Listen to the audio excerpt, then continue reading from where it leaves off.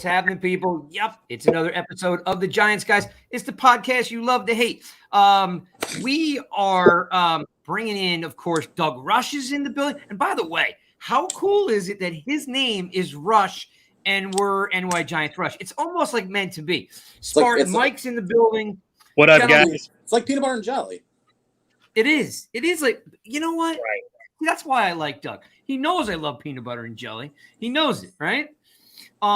Thanks for tuning in to another episode of the Giants, guys. We're live on Twitter. We're live on YouTube. You know, we're back. Last week we were in the lab with Kawika Mitchell. It was a lot of fun. So hope you guys can get on the YouTube channel. And by the way, do us a favor, subscribe to the YouTube channel. It helps us out a ton. You'll have no idea how much that little button that you click, how much it helps us out. So let me turn the comments on as people start to jump in the room. Guys, I'm super excited to talk about a ton of stuff. So I'm going to whip out some comments to you or some topics to you guys. I mean, we got a new GM. We got a new head coach. I'm sure you guys have seen the press conferences and all that stuff. Doug, I'm going to start with you on this specific topic so Daboll is an offensive-minded coach, right? What type of adjustments is he going to have to make going from from offensive coordinator to head coach? It's the adjustments that I think Pat Shurmur struggled with. And really, it's giving up the play calling duties. And I mean, Joe Sheehan kind of referred to that in the press conference. He would prefer that Brian Daboll just focuses on coaching the team. Now, I think we all saw where he had all the teams stand up and be like, hey, if you ever got cut, sit down. If you weren't a first-round pick, sit down. In which Josh Allen was the last one standing. And he said, oh, how many first what was it, like something? How many offers did you get? How many offers did you have? And he said none. It's like, all right, let's all remember where we came from. And I honestly feel like the biggest difference between being a position coach and a coordinator to a head coach, you have to not only run 53 men, but you also have to run a staff. You're basically running an entire organization that you're not the owner, but you're running everybody. That's the biggest jump. You have to go from being offensive coordinator. Yeah. And granted, he was a great one, but now you're running an entire team, and that's running your coaches, running practice, speaking to the media, figuring out game plans for your coaches, trying to figure out, like, coaching new coaches. It's more than just X's and O's, running a game plan for a team. It's a whole evolution of running an organization, and it's not for everybody. And I mean, granted, there's only 32, and sometimes guys are not cut out to run organizations and run a franchise that when you're not the CEO. And I mean, it was talked about, oh, well, a coach needs to be a CEO, and granted, that coach is no longer here, but still, you're running the show of a team, and that's the biggest thing that Brian Daboll has to show, that he can not only just run an offense, but he can run a 53-man team and a practice squad and his staff and everything else that goes into running the New York Giants. And Tom Coughlin did it well. Jim Fossil did okay with it. Dan Reeves was okay until, got saddled with Dave Brown, and Bill Parcells was great at it. You have to be able to run a franchise, and this is not an easy one to run. I mean, you're in the New York media limelight.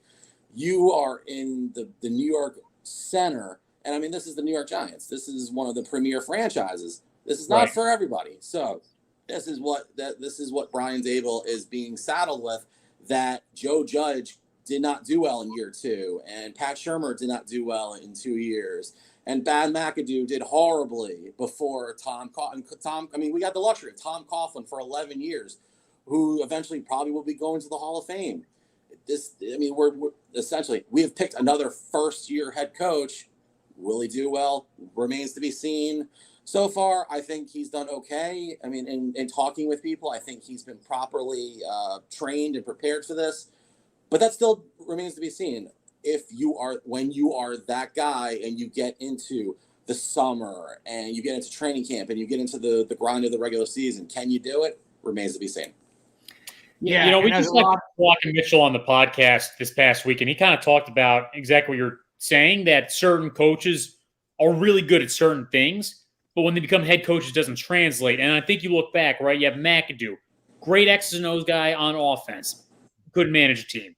Shermer, I'd actually argue he's a pretty good offensive coordinator as well, but he didn't make the good jump because he was a horrible game planner when it came to like the whole process of it. And then Judge, now you got a guy that talks the talk, has respectability in the locker room, but zero X's and O's whatsoever. Do you think Daboll has Daboll has what the Giants have been missing, and really he encompasses all the things that the Giants need as a head coach? Because I do feel like he's showed it in the past more so than the other guys did before they walked in the job. I mean, you're talking about a guy who granted, he got to cut his teeth under Bill Belichick, and there's the whole notion of, the Belichick guys don't do well. But I also feel like it served him well that he also served a year under Nick Saban, got to coach guys at a younger level and on the level before they go to the pros, and coach two current NFL quarterbacks. Yeah. What they do in the pros is on a different level, but he still got them and coached them before they got there. And the fact that he has 6 championship rings to his name and learning from Bill Belichick. Yeah. And also learning from Sean McDermott too. And Sean McDermott came from his own coaching tree in Andy Reid, and not for nothing. Andy Reid's coaching tree has done okay.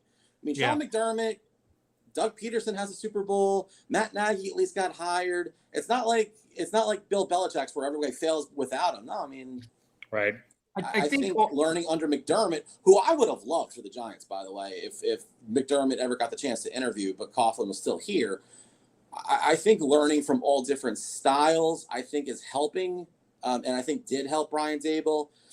And I think the fact that he did what the Giants kind of need is to take a guy, and took an offense that was 30th ranked in 2018 and got it to 23rd in 2019, to 2nd in 2020 and 3rd in 2021, and also had and coached an offense that had 70+ points in the playoffs and would have been in the AFC Championship game had Patrick Mahomes was not given 13 seconds to get the ball down the field. I think he's been groomed and trained and prepared as best as everyone could have given him to get him ready for the Giants. I think he's taking all of what he's learned, and I don't think he's going to try to do what Joe Judge did and try to be Bill Belichick Jr. and try to be something he's not. He's going to be himself, and I think him being himself is going to be good enough. I get that vibe. He knows what he's doing. Yeah, I agree with that wholeheartedly. Like the vibe that I got was, people said it was vanilla or it was boring or straightforward. And I think everyone was pretty refreshed with that, because what you got out of it was this: I don't plan on changing. I don't plan on taking over. I plan on creating this entity that's going to be successful because I'm not changing. I'm just going to be me. And I think being me, when you think about where he comes from, who he is, the guy's got 6 kids. He's got a little army at home. So he's used to, a lot of stuff going on at one time. I feel like he's not out to impress you. He's not here to do anything but win football games and do it the right way. I think with Judge had those intentions, but Judge, whether it was incompetency of the staff he had, he never wanted to let go. He never let anyone actually, create the game plan or help the team move forward. He always wanted to be the smartest guy in the room, and he never really let go of being a special teams coach. He was too much control. I think Daboll's like this, man, if I bring in the right people, I already know they're going to do the right job. I don't need them. And he said today that he has no plans on micromanaging anybody. So, I like the fact that, he's here. I did like everything he had to say. The biggest adjustment, I think, for him, which I thought was funny. Doug, did you watch the press conference? Mm-hmm. Of course. Mike, did you watch the press conference by any chance? Yeah, absolutely. All right. Halfway through, he says something to this, and I'm paraphrasing. He's like, all I want to do is get back to my office and hire some people, right? Yes. He Yeah, did. I remember that line. He did. He wants to get back to his desk and get back to his office, and he wants to pick his staff. And right there, I was excited by his eagerness to get going. So I think, could be wrong, but I think the adjustment he's going to have to make is to realize that there are 40 reporters in the room, where in Buffalo you've got 7. Well, already the dude's getting roasted for the suit that he wore, right? He like walked in there and it's like, yeah, welcome to the New York media, man.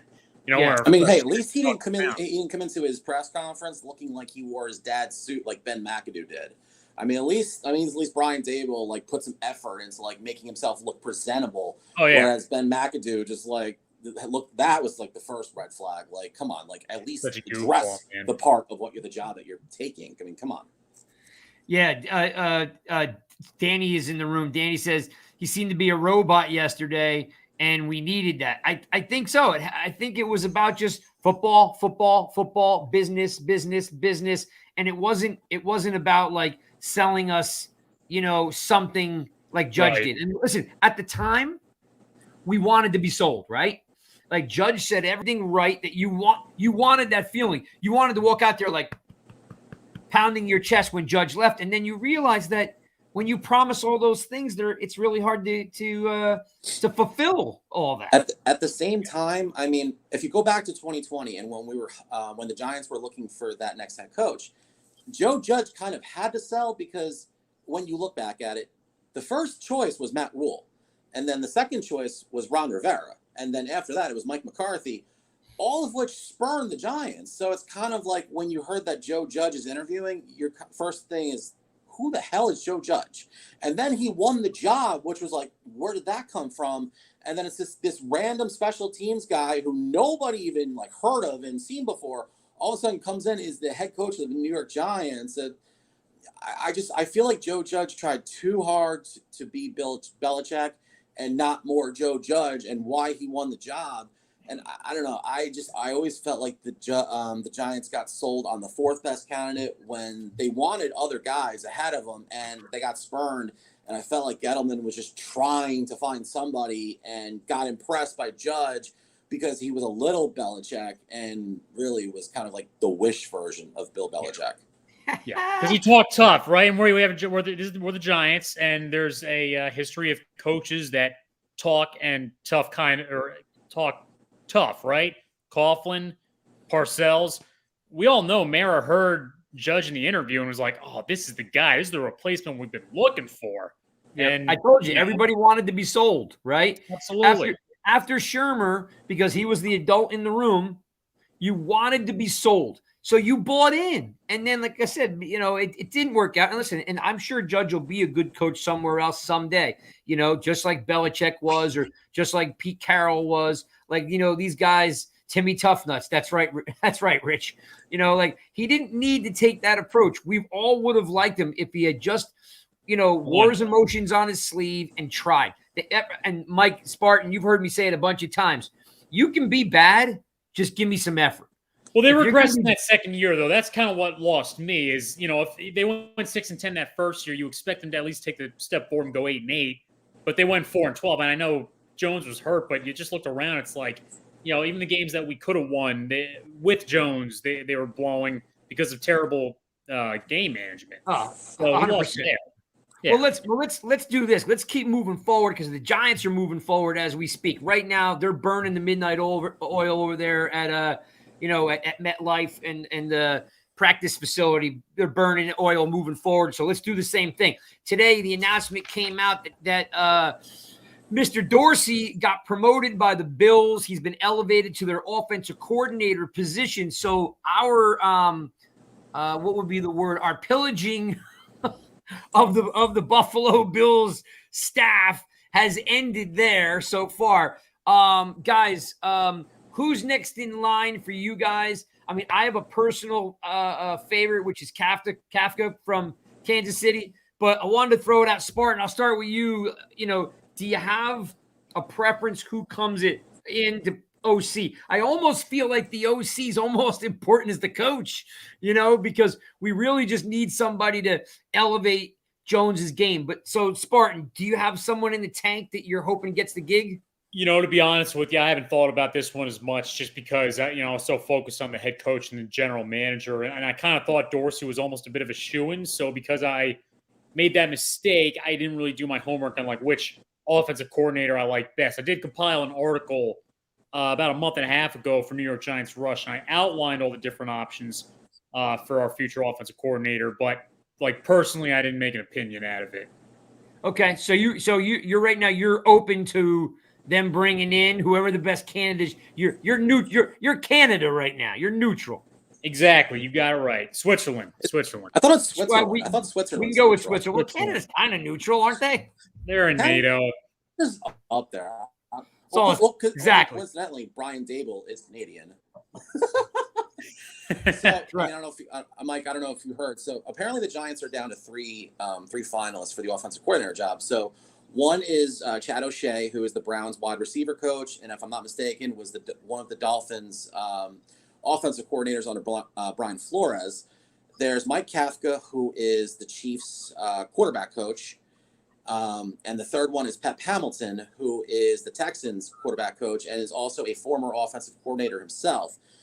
I honestly, I could lean towards Kafka because he's young. I think you and I, Craig, talked about this on a Twitter space. We talked about Kafka being potential big hire because he comes from the Andy Reid tree. I mean, hey, you're learning from Andy Reid. You're learning from Patrick Mahomes. Why not bring that to the Giants? At the same case, I also made the case for Pep Hamilton because 8 years ago, when Pep Hamilton was the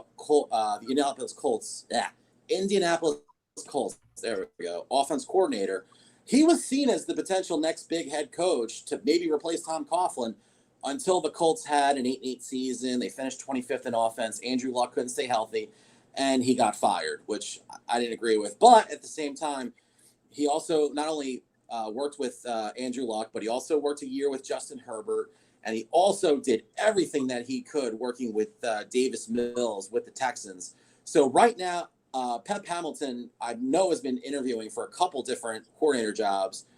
Sure. This could be a way for him to get right back into things and get right with and I mean, Brian Daboll still, in NFL terms, is still pretty young at 46. So a young coordinator getting with a younger head coach can work with Daniel Jones. And I mean, if they can, get Daniel Jones turned around and have, the season that they think that he can have, I mean, Pep Hamilton's back on track to where he was 8 years ago with the Colts. So do you want that though, Doug? What's that?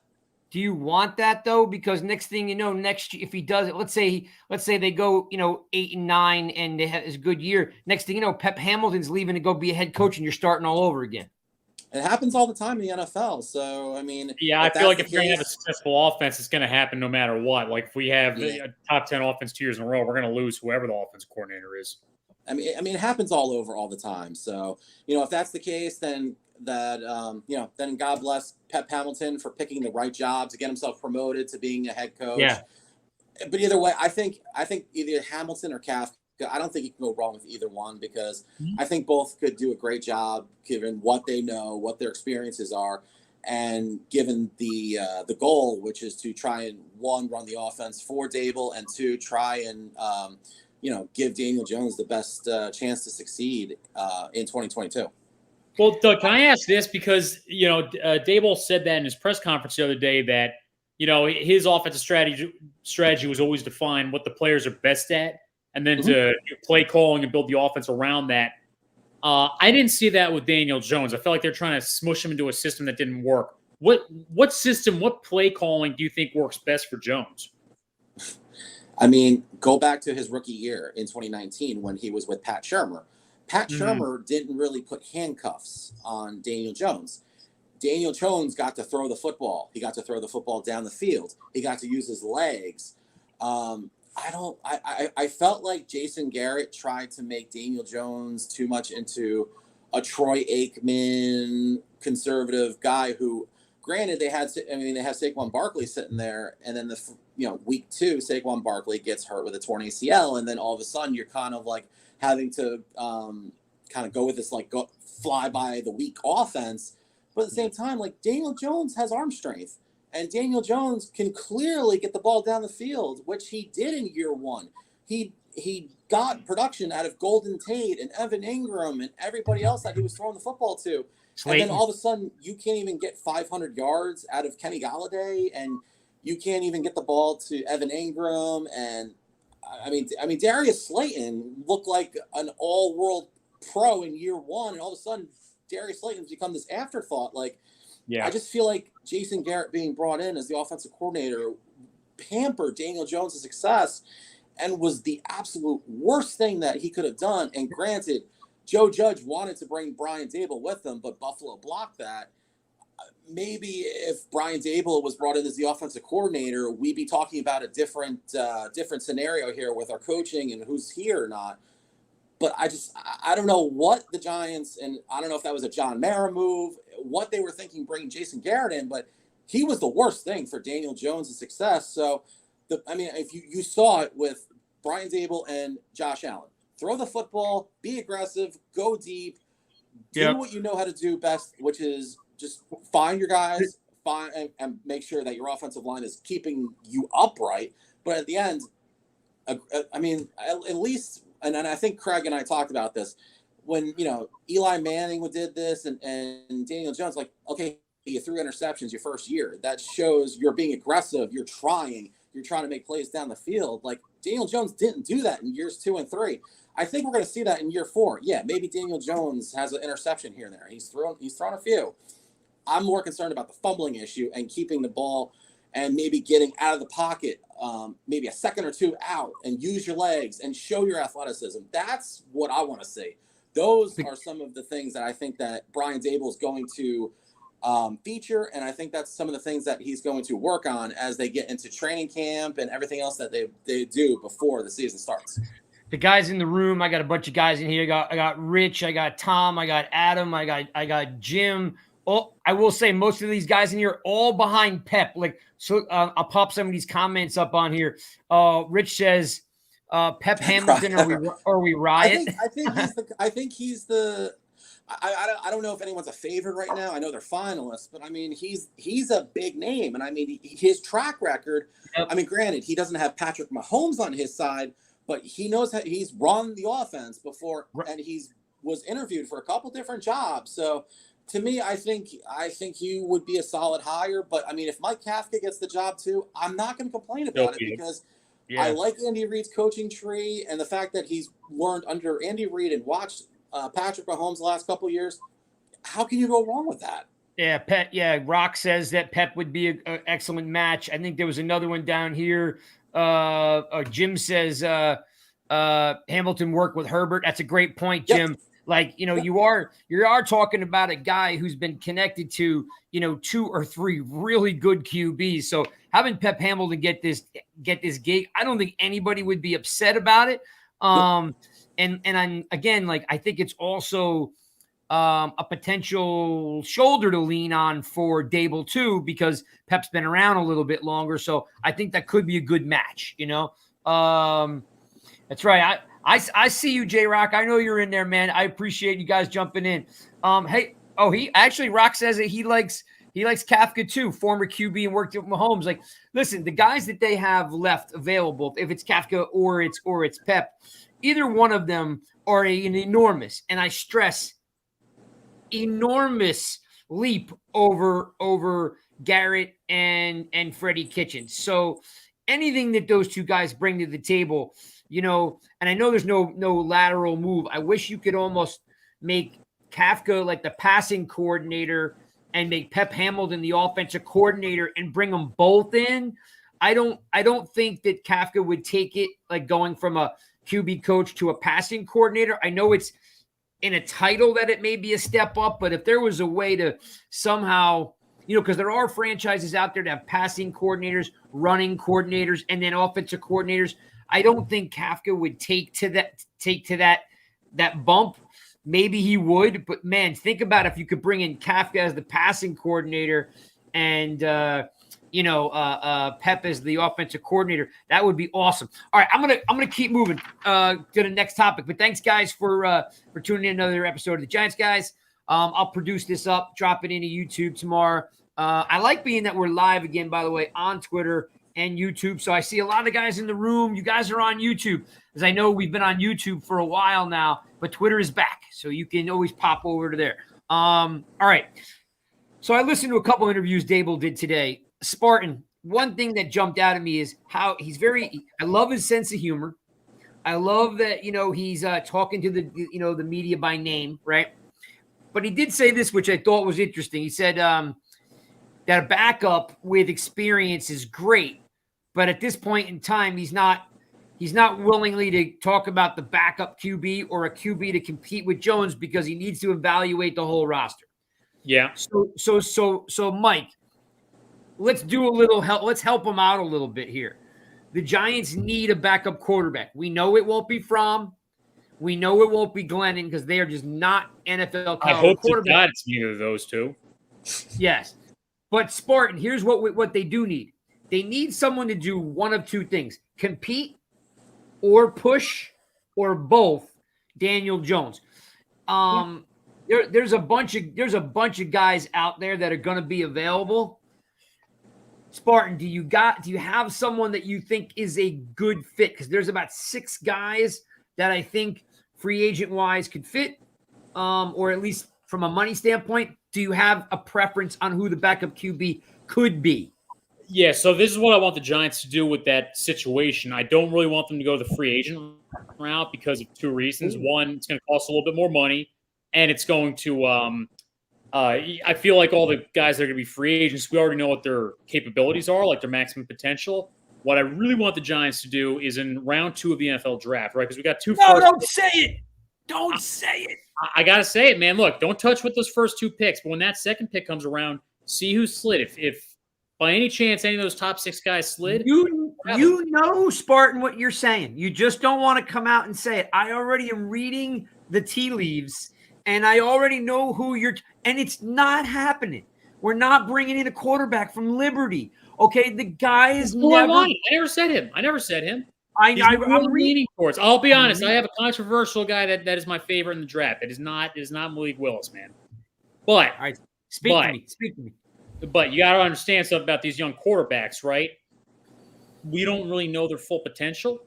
At a second-round pick, it's worth the cost, and it's also worth the cost of the fact that it's not going to cost as much money as some of the free agents. I mean, I'm trying to think of the Fitzpatrick with Washington. He cost the team multi-millions. He doesn't come that cheap, and he's not bringing wins to the team. I don't see a lot of free agent options that are going to come in a super discount and bring wins to the Giants in case Jones goes down. So that's why I want a little bit of risk, and I feel like we might get a little bit more reward. All right, if it's not Willis, who is it? It's not Willis. My favorite dude, and this is after me and Truth both agreed after we did research on the guy and watched him fall through. I thought Sam Howell out of North Carolina surprised me more than anybody. Interesting. Okay, Doug. No. I not only do I appreciate the thought of coming in at a cost-effective, slot because you don't have the money, right? And but drafting a quarterback in the second round, they're not usually your starting QB over a period of time. They're missing something, and the Giants can't afford to miss anything. So, Doug, what do you got for me here? Like, give me something I can hold on to here.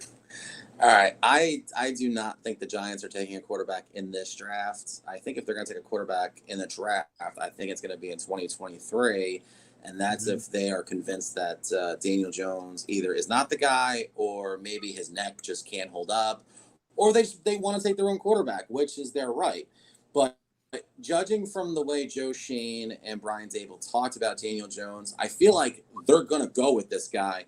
But at the same time, they don't want to get caught with their pants down like they did if, Daniel Jones suffers a neck injury or like he did the year before with a hamstring issue. And every year that Daniel Jones has been a pro, he's missed a few games because of injuries. So the red flag is there. So there's 2 quarterbacks in my mind, veterans who probably will not cost a lot of money. The first one is Marcus Mariota. If you want a quarterback who is similar in style, can run, needs a second chance to start, to play with the Raiders for a little bit. I feel like Mariota could jump on a chance to maybe start.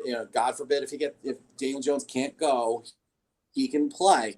The second, and I know Craig and I have talked about this because you're talking about a Buffalo system. You're talking about somebody that they know. And again, we're talking about a guy for a second chance. And I know some Giant fans are going to cringe at this, but at the same time, you're talking about a backup who is there to play and give you a chance to compete and not look like Mike Glennon, and that's Mitch Trubisky. He will not cost a lot of money like he is right now in Buffalo. He's a pro. He knows he's going to probably know Brian Daboll's playbook. He's already played a handful of seasons as a quarterback, and if I'm not mistaken, he's been to the playoffs. He's been to the playoffs with Matt Nagy. So you're talking about a guy who at least knows what to do, can play the position of starting quarterback.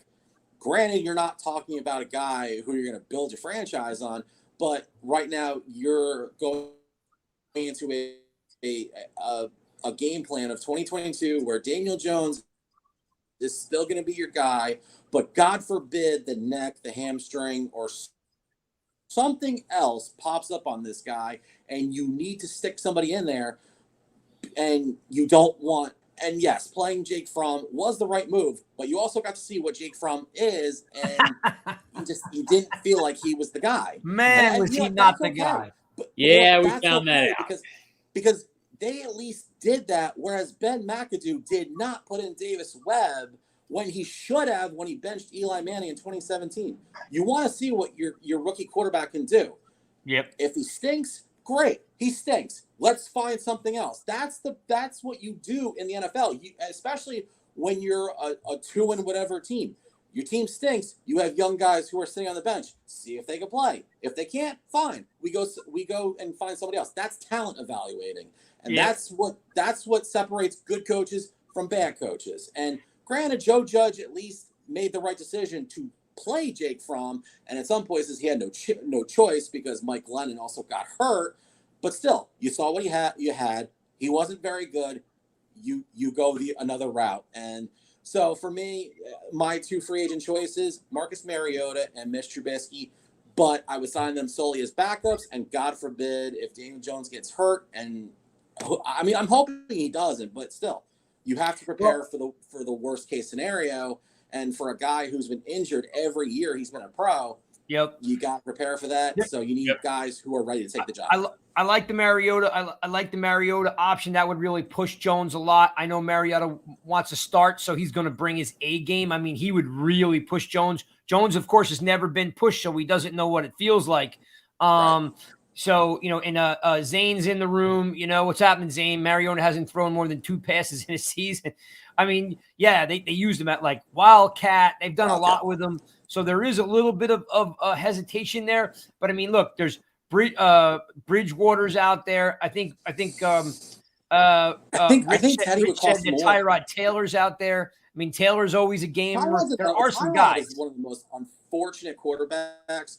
No doubt. Tyrod Taylor's won a lot of starting jobs, and think about it, he's been hurt for unfortunate reasons, and guys like he got hurt in San Diego / Los Angeles, and then Justin Herbert comes in. I mean, that guy has been hurt so many unfortunate times, and other guys have taken his job.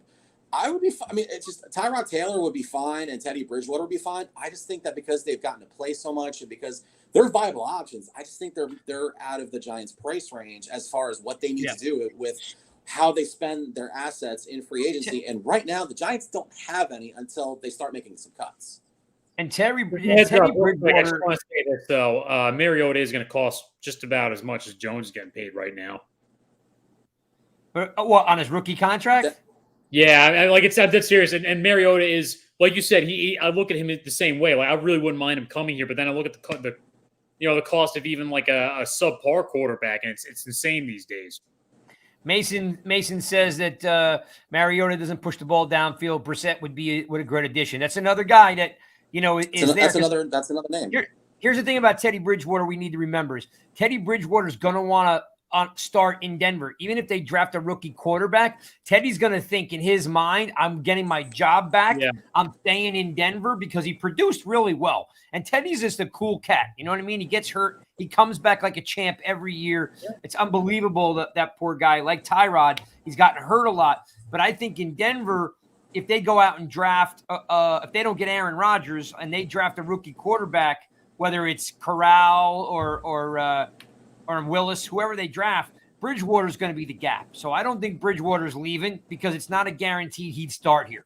I think there's an 80% chance he could start in Denver, at least for half the year, right? And then like when you talk about like, Mariota, you're right. He may cost a little bit, and he doesn't, and Mason's right. He doesn't push the ball down the field. Listen, there's another guy out there that you guys haven't mentioned, which I'm surprised that you haven't mentioned, is Dalton. Andy Dalton has won a lot of games in Cincinnati, man. I mean, he's got really good experience. He could be another guy. I don't know how much you're going to pay Andy Dalton because he kind of fell from grace by not getting it done. He made $10 million last year with the Bears. Yeah, there's no way he makes that kind of pay cut anymore. He's literally on the back nine. I mean, if anything, Andy Dalton could be a good mentor for true. Daniel Jones. I mean, that's his knowledge in itself would be valuable to Daniel Jones. I mean, yeah, you're not paying Andy Dalton $10 million when you have to fill so many needs on the Giants. But, I mean, if you can get Andy Dalton to sign for maybe less than $5 million, maybe $4 million, if you get him around that area, yeah, I mean, his experience alone, I mean, yeah, you want him to push Daniel Jones, but at the same time, like, Andy Dalton has to realize what he is now, and he is an older veteran quarterback who might be a starter in week 4, or he's sitting there holding a headset and a clipboard. But, I mean, Andy Dalton can also go in and play the next week if you need to, which he did for the Bears. And is Andy Dalton going to win you a Super Bowl? Probably not. But can Andy Dalton at least start a game or 3 for you? Yes, he can. So, yeah, I mean, Andy Dalton's not going to, he's not like, we got to sign Andy Dalton. We have to go out and get him like we would for an offensive lineman or a pass rusher. But, I mean, as a safe, a guy who's going to be a backup and maybe help mentor you and get you ready, and at the same time is going to push you for your job, because Andy Dalton, of course, wants to start and play in the NFL. Yeah. I'm not opposed to that. Zane says that Mariota only cost 3.5. No, thanks for keeping straight on that one, Zane, because honestly, I was looking at the contract he had right before that, not the deal that he signed with the Raiders. Because at 3.5, you could have Mariota at 3.5 million. That's couldn't ask for a better price on a guy. That's cheap. That's inexpensive, cheap. You're not breaking your bank. If $3.5 million for a backup quarterback is not a bad deal at all for what Mariota could potentially give you. Yeah, I mean, Mason's got a pretty good point here. Bring in a journeyman as a backup. Let DJ play if he balls out. Trade him. Injuries are a problem. Franchise tag. Yeah. I mean, look, it makes sense that they need a veteran quarterback that actually can play. Okay, right. Glennon could not play. So, there's other guys, like there's trading for, I've heard a lot of scenarios, but there's trading for Carr. There's Chad Henny. Now, Chad Henny would cost you literally like $1 million, but he's like 36 years old, so there are some guys out there, but it's going to be, and I know Daboll said that he's not concentrating right now on challenging Jones because there's a lot of other things to think about. But it is going to be something that needs to be addressed sooner than later, because we all know that we can't win if Jones goes down. Clearly, they lost 6 straight after he got hurt. All right, so Daboll also said, there needs a lot of improvement in a lot of places. So, we've talked about the O-line, we've talked about linebackers. This wide receiver squad is really unique right now. Spartan, I'm going to throw this over to you. What do you want to see out of the Giants wide receiving core? Because last year we went on, what I would say this, on paper last year, our receiving core, literally, if I could pull the tweets from last July and last August, people were like, yo, we've got the best wide receiving core in football. Like the amount of props, the amount of, gloating we were all doing about our wide receiver core. And now I'm sitting here with probably no tight end, a $72 million wide receiver that didn't catch a touchdown pass, a first-round pick that cannot stay healthy, and I'm not sure how much football he wants to play. I mean, right now, I know this is going to aggravate some people, but he's closer to being a bust than he is being a non-bust. I'm not saying he's not electric. I want to give him as much time as possible. Outside of that, what are we really looking at if you're not bringing Shepard back? I mean, what does this look like, Mike? What do the wide receivers look like?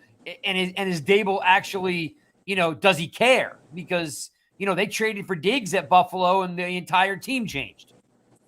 I think Daboll talked about it the other day in the press conferences. Again, he's going to try to look for what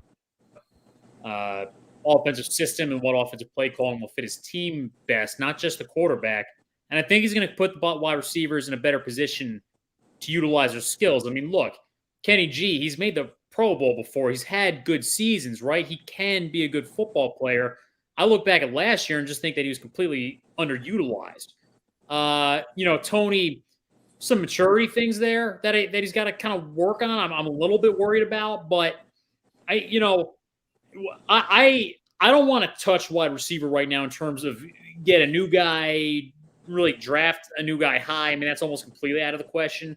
I really just want to see, what can we really do with these wide receivers that we have now with a competent offensive-minded coach and not Jason Garrett. So Fresh, Spartan, humor me here. Slayton is, he had dropsies and stuff like that, this year. He's definitely fallen off the map. But if we think about those deep passes that Jones throws, he's throwing them to Slayton. Like when you think about all those balls, not that there's many, right? but the handful that Jones throws, is it worth bringing Slayton back? Is right now his contract year? I mean, I'm trying to think about it. I feel like I haven't thought about Slayton in 3 years, to be honest with you. Okay. There was a point in time there where I thought I had so much hope for the guy, and then it's like 2 seasons where he hasn't done anything for the Giants. I mean, look, if we're talking re-signing him, I mean, I don't know. I mean, it just depends on how much he's asking for. But I don't really think that, they should be relying on Slayton regardless of whether they sign him or what happens as much as wide receiver. You got to get the ball around to Kenny Golladay and Tony more when Tony's healthy. Go ahead, Doug. Give me anything here that's going to make me feel like this receiving core actually is going to score touchdowns this year. I think Kenny Golladay was uninspired, and I feel like he was uninspired because of Jason Garrett. And I mean, he didn't want to say it publicly, but you could kind of tell that Kenny Golladay did not like Jason Garrett's system. Although alligator arming that potential touchdown in Week 18 against the Washington Commanders, whatever you want to call them, tomorrow. Is tomorrow the day? I mean, what's that? Is tomorrow the day? Tomorrow's the day where we find out what the Washington football team becomes something else. So, but Kenny Galladay's got talent. My concern with him is the injuries, and he was hurt for quite a bit last year too. But you know what? We're gonna wipe the slate clean. You can't cut him. I don't think they're gonna trade him. I think Brian Daboll is more of he's gonna see what works with Kenny Golladay. Same thing with Kadarius Toney. I mean, for the amount of time we saw Kadarius Toney, he's electric. I mean, he almost put up 200 yards against the Cowboys. At the same time, yeah, you might have a bit of a maturity thing, which I think this coach is the right guy to kind of maybe mold that guy. He needs to stay healthy, but I mean, that's without saying with every single player at any position. Other than that, I mean, yeah, Darius Slayton's kind of in a make or break and he's also, I listed him last night. I mean, if Joe Shane wants to cut him, he could, and he could save some money on his contract. But I think I could see him rather, using him, trying to see if he can find the magic that he had in 2018 when he was a rookie. Yeah. Playing with Eli Manning. I feel like Darius Slayton, ever since that drop in Week 2, where the Giants would have sealed that win against Washington, that drop just kind of like negated his season in a downward spiral, and he wasn't really the same guy we saw in the years past. And I mean, we also had a speed burner in John Ross, who barely got used, and I feel like that was criminal. I mean, you have a guy who can literally outrun the entire team, yet you used him a fraction of what you could have. I mean, there's such a good point. Speed kills. Such a great point. How do you not throw deep? I mean, if anything, if you want to see him as a Deshaun Jackson, fine. Throw him down the field, go deep, let him see if he can go get it. That's what guys like that. They're small, they're fast. Let them go get the ball down the field and beat the cornerbacks down the field. The fact that the Giants didn't do it was criminal. And now I think Ross was on a 1-year deal, so I don't know if he's coming back. Other than that, I mean, Evan Ingram is likely gone. He was another target you could go deep to. Evan Ingram was also one of the most frustrating players I ever saw in the Giants because he had the potential of being an all-world pro who was too fast to cover and too slow for linebackers to cover. And yet he dropped some of the most key catches. The Philadelphia game, obviously, being the most looked at because that was on national TV. That's a freaking walk-off, and he dropped. I think Evan Ingram's going to go somewhere else, in which the Giant and Kyle Rudolph is going to be a $5 million salary cap cut, and Caden Smith I think is probably going to be a $2 million salary cap cut too.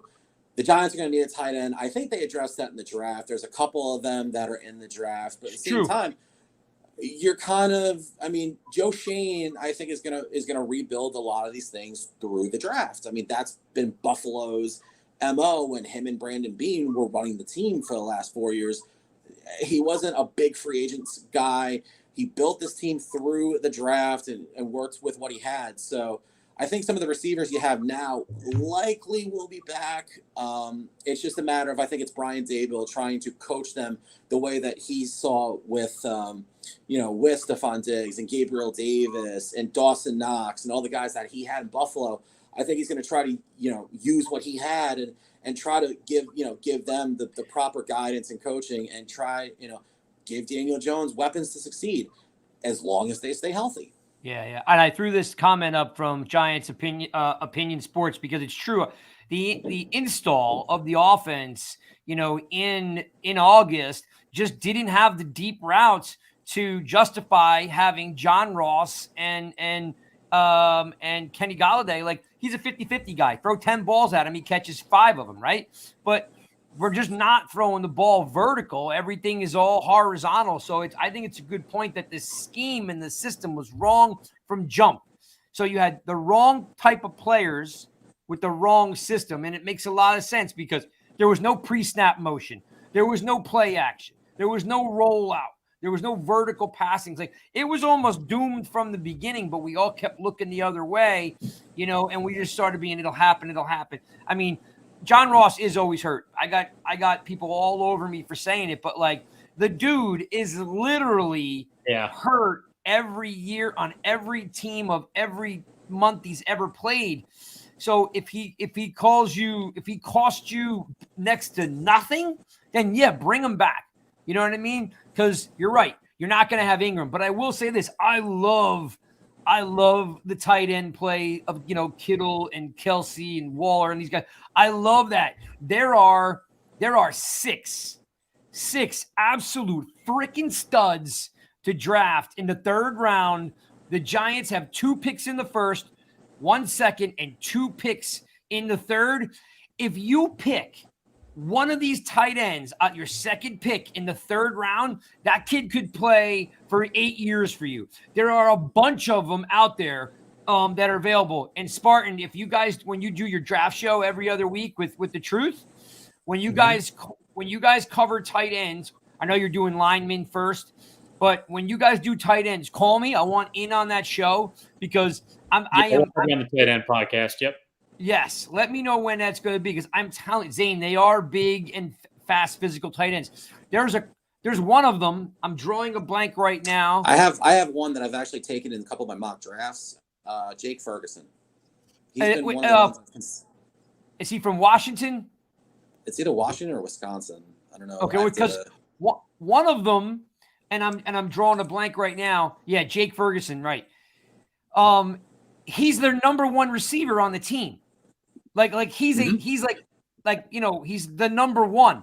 Like, he's got 1,000 yards receiving as a tight end. Like, can I ask this about the guy? Because I don't know him that well. I haven't really scouted the tight ends yet. Is he a tight end that Can kind of cut up the middle like a big body. It's also tough to cover because he's so big down low. Okay, all right, that's what I want. Yes.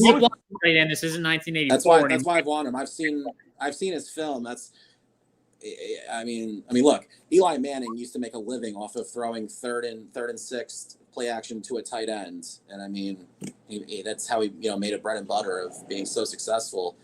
I mean, I feel like Daniel Jones could benefit from a good tight end, and I Evan Engram at first looked like he could have been his tight end, but he dropped too many passes. Yeah. So yeah, I'm definitely in favor of getting a tight end. We have 2 picks in the 3rd round, and I mean, who knows? I mean, we could have. I mean, if Joe Shane decides that he wants to trade, let's say he decides to trade Dexter Lawrence for more draft capital, that could happen.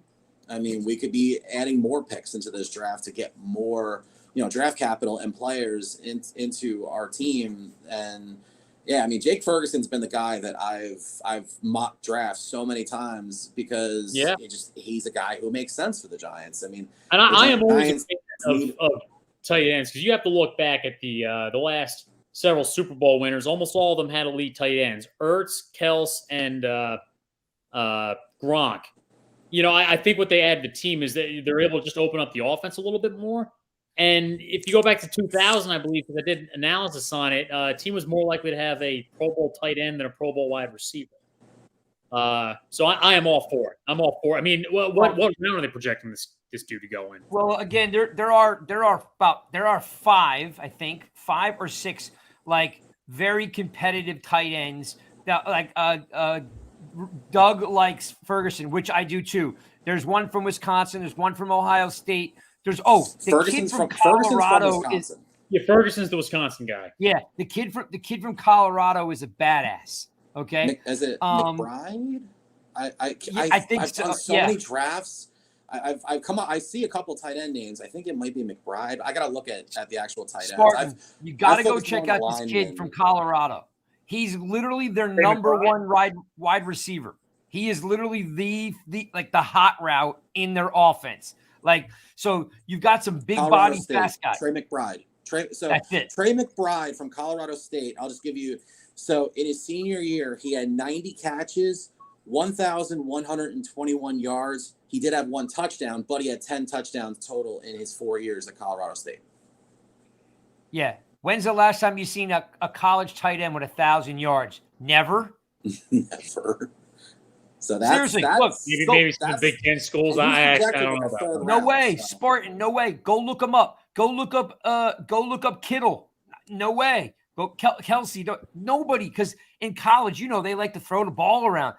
This kid from Colorado or Ferguson or Kohler. Zane's talking about Kohler from Iowa. Like, if the Giants can't figure out how to draft a tight end in the 3rd round with their 2nd pick, I would be disappointed because they need a tight end, and you don't want to coach up a tight end like the next Ertz or the next Kittle was taken in the 5th round. So there are some guys out there. Definitely. I mean, Dawson Knox was 3rd round pick in 2019. So. Yeah, I mean, McBride's not. You're right. You're definitely right. Opinion. He's not Trey McBride is definitely not much of a blocker. But here's the thing: you might bring Caden Smith back, on a dirt cheap contract because he's a superior blocker. So, that could happen too. And but there is some tight ends out there that can increase this pass catching core. Let's move on to the dirt that happened today. Like, what is going on with Flores? I mean, holy smoke! And I'll preface it with this: regardless of what side of you're on, or what or what you don't know, people. Brian Flores, coach of Miami, let go. He was in the running for the head coaching job with the Giants. He didn't get it. Now he's suing the Giants in literally 24 hours. He's suing the Giants with a whole bunch of a litany of things that he think happened. And we'll dive into it here in a second. But I want to say this to you two guys. What is Bill Belichick thinking? Like, so if you guys don't know the story, Flores is communicating with Bill Belichick. At least this is the story that it seems to be unfolding. I cannot say I know for sure, but the screen grab that they show in the lawsuit says that it's Bill Belichick, and Bill Belichick congratulated Flores on, the job of the Giants coaching. And Flores says, "Coach, it's Flores and not Daboll." And he goes, "Whoops, my bad. I effed up. I think they're hiring Daboll." So I go back to this picture of Belichick on the sideline throwing the iPad. You remember those pictures of Belichick throwing? And I just keep thinking, keep the technology away from Bill, please. He's almost 70. Everything from the Giants' perspective seems on the up and up, okay? They interviewed Patrick Graham. They interviewed Leslie Frazier. Everything seems to be on the up and up. But I'm laughing because I'm like, someone take Bill Belichick's phone away. So that's kind of the story. So there is a lawsuit. Flores, I'm gonna hand this to you guys. I'll start with you, Doug, and then Spartan. I'm gonna go to you, Doug. What's your overall theory on how they hired the coaches? Do you feel it was on the up and up? I liked Flores, but I did like Daboll better. But go ahead, it's your floor. Yeah, first of all, I think it was definitely on the up and up. John Mara personally reached out to Brian Flores and said, "Yeah, we have interest in you. We want to bring you in for an interview." And, apparently that they had a Zoom meeting before Joe Shane even got to interview and schedule an interview with him. So the Giants definitely had interest in Brian Flores as a coach and didn't see him as just, we have to interview him to comply with the Rooney Rule. No. They brought in Patrick Graham to interview him, and that was more seen as a courtesy because, he coached well with the defense. Leslie Frazier felt more like a Rooney Rule. They brought him in twice, and they brought him in personally. They had him in on Zoom. They had him in personally. And he's a good coach. Yep. He's granted, he interviewed just after his defense let up, against Kansas City, but still, he had a top-ranked defense in 2021 with the Buffalo Bills. And yet, the Giants complied with all the rules. I don't know. I see it as Bill Belichick got confused. He texted the wrong person, and Brian Flores, felt like he got burned, and he's taking it personally. Now, granted, Brian Flores, I think, has more of a gripe against the Denver Broncos because he's saying that John Elway and all them treated him like a Rooney Rule by coming in hungover, not asking him proper questions, which is all in the lawsuit. I didn't see that. I read in the Denver section. So, okay. He might have a gripe against Denver, and he might have more of a gripe against the Dolphins if it's proven that Stephen Ross was paying him money to tank games and to quarterback poach because they were trying to get the number one pick in 2020. So if that's proven true, I think Brian Flores' lawsuit has more merit against those two teams as opposed to him interviewing legitimately for the job. And I know, I've met John Mara many times. I've talked to all. They're very professional guys. They are very much by the book. John Mara, I know, liked Flores, and they gave him a chance. Basically, the Zoom meeting counts as an interview. The in-person interview counts as another one. They have legitimate interest in him, but at the same time, he got fired because he clashed with management. All the other stuff that's for another day. But he got fired because he clashed with management. He had 4 offensive coordinators in 3 years. Yet, yes, he still, he went 19-14 the last 2 years. He beat Bill Belichick 4 out of 6 times. But at the same time, you're a defensive-minded guy. He was a former linebacker coach who got to be the interim defensive coordinator under Belichick. You need a guy who is willing to run the offense, you're basically bringing in the same thing that you did in Buffalo for Josh Allen, and you need that with Daniel Jones because you're committing this year to Daniel Jones. Who's the more suitable guy? The defensive guy, yes, he's one, but he's also got a little bit of a checkered with what happened in Miami, or the guy who was once an offensive assistant of the year who literally was 13 seconds away from coaching in the AFC Championship game and worked wonders and got a 30th ranked offense to number 2 in the NFL within 2 years. Who is the more logical hire for the New York Giants? In the end, I think the Giants got it right with Brian Daboll. I think he's the perfect fit for what they need right now into the future. And just with everything that you're hearing, I mean, lawsuit stuff aside, I just feel like Brian Daboll was the better choice for the Giants over Brian Flores. Yeah, and if you guys out there listening to the show, I mean, I see Adam out there, and I get Giant Sports, Mason's out there, Zane, you're out there, Adam. I see you guys in there. If you guys got questions on this topic, like bring it up, because Spartan, it's a pretty interesting topic. And as Doug just said, like I really do think he's got a gripe with the Dolphins if it's true. I mean, $100,000 to lose games and tanking games, you don't hear that stuff. In fact, I had a buddy of mine sent me a text before we started the show that said, this will the NFL? And I think Giant Opinion Sports said the same thing. Maybe the NFL forces them to sell the team. It's like Marge Schott all over again from the Cincinnati Reds in the 80s. Like, you're doing stuff that just, the integrity of the NFL and the shield goes very far. Okay. And they take it very serious. Spartan, like, do you see the NFL stepping in, and it was a question from, hang on. I think it was, here it is. Dolphins are a mess. Here it is. Do you guys think the NFL will force the owners to sell the team? Like, is that possible, Spartan? And secondly, follow up with that. Hold on. Second question is has Flores shot himself in the foot here? Is he going to become taboo? Because man, like, I don't know. Like, he's got some gripes, but like, it feels like he might have hurt himself, I guess, or he'll become a rich man and it won't matter. Well, sure. No, I look at the whole Dolphin situation. If he can prove that that's all true, then yeah, he's got a legitimate gripe here, and I do see the NFL possibly forcing the Dolphins to sell if that's true. There's a lot that I'm very interested to see how this unfolds, right? And then to your second point with Flores, he shot himself in the foot.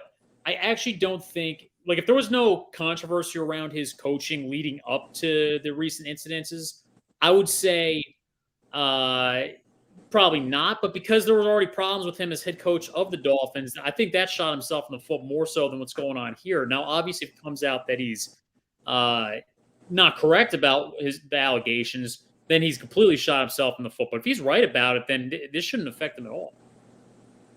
Well, Brian Flores was also up. And as far as I know, he still is. He's still up for the Houston Texans job. And I know the New Orleans Saints were bringing him in too. And I think they were speaking to him. But at the same time, now as the GM of these teams, now with a lawsuit, now do the Saints decide, oh, maybe we should go with Dennis Allen, or maybe the Houston Texans decide, oh, maybe we should go with Josh McCown, or whoever else they were looking at. I've got people saying to me, oh, he's never coaching again. That this lawsuit basically is going to get him blackballed.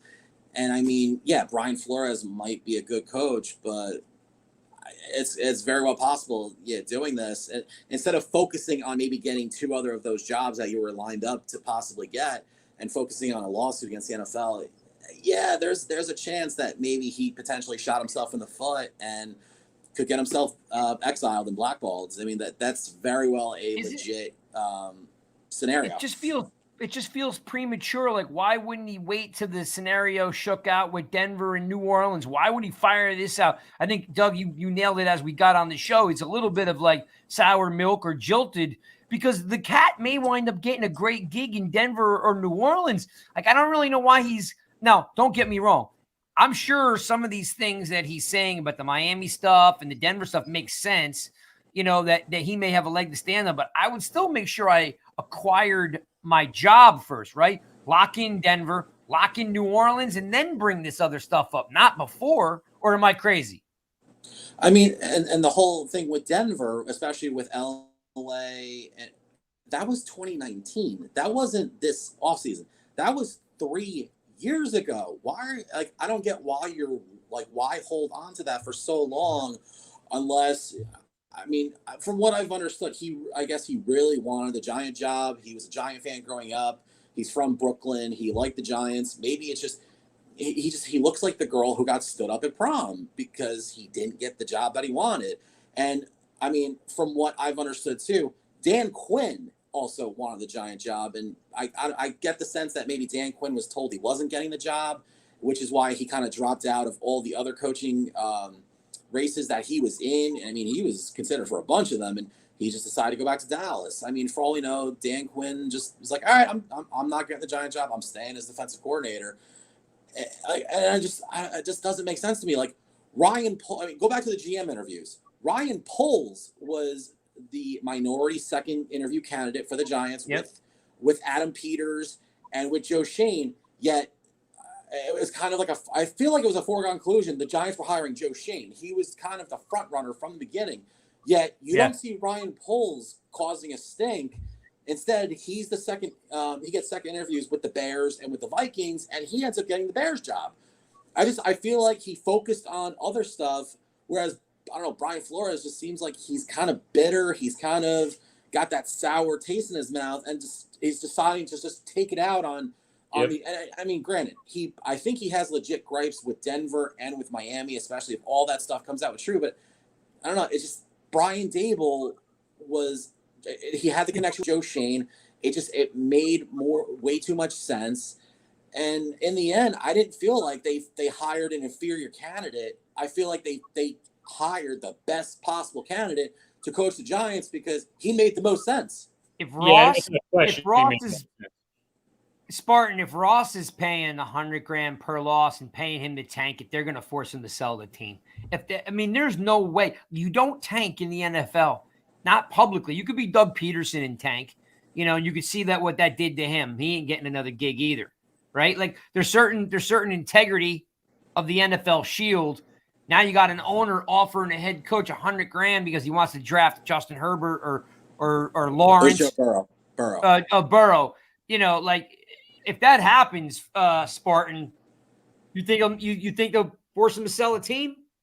Yeah, I do. I absolutely do. I mean, Lee's stepped in before to force owners to sell, and I kind of feel like this would be a situation. If not, he's going to get smacked with serious fines and sanctions and whatnot. So I could definitely see, because that's pretty crappy. I really just hope that doesn't happen in football. Yeah, it's definitely a black eye without a doubt. Especially, I know how much Ross wanted to win, and he was chasing, Deshaun Watson. I mean, Deshaun Watson's got his own problems, right? So, this is definitely a black eye, for a lot of people. But I don't think it's a black eye for the Giants because I think they did everything they were supposed to do. And I think, as Doug just mentioned, I think Shane was going to be the guy. And, I think having 6 offensive coordinators. In fact, Doug, I'll even go as far as this. I think Flores was Mara's guy, and I think Daboll was Shane's guy. Yes. And I think Mara was like this. You know what? I usually call these shots. I usually lean to get my way. I think this is the first time in a long time, maybe forever, that John went like this. Your pick. Because usually, again, people don't realize it. John Mara not only usually picked the general manager and the head coach. And in most cases, the general manager is supposed to pick the head coach, but John Mara kind of used to operate the Giants like it was still 1985. But, I mean, granted, your team is 19-46 in the last 4 years, and you haven't won too many games. And before then, Wellington Mara used to pick the general manager and the coach, and he was following his father's footsteps. Well, guess what? You're operating an NFL franchise on a method and on a way that does not work anymore. So John Mara needs to stop trying to be like Jerry Jones.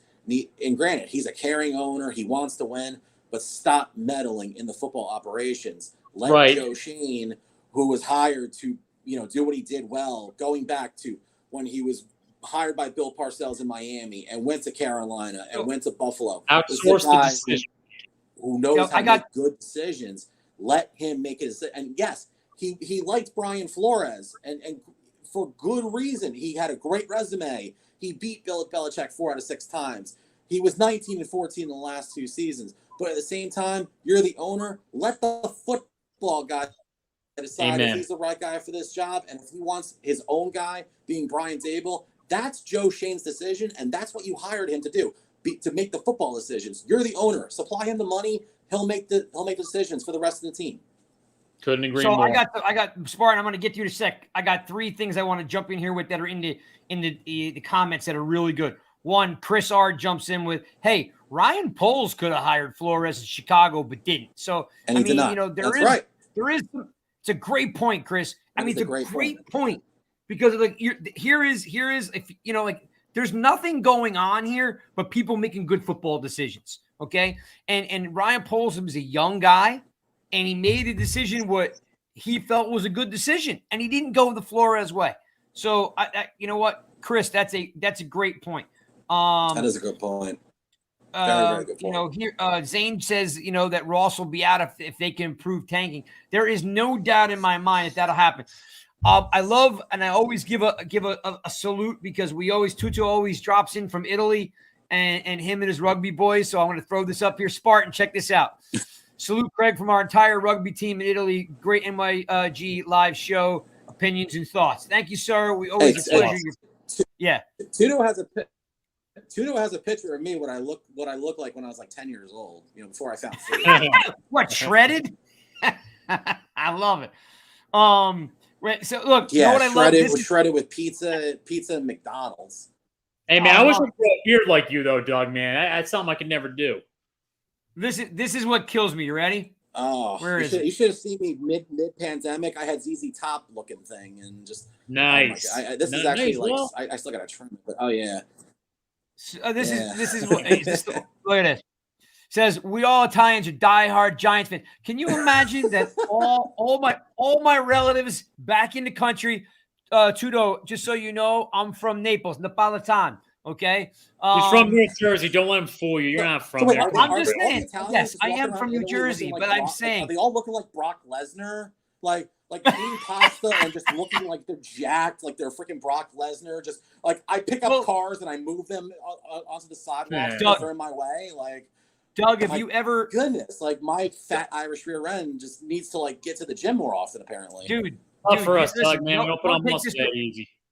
Don't take this the wrong way, Doug.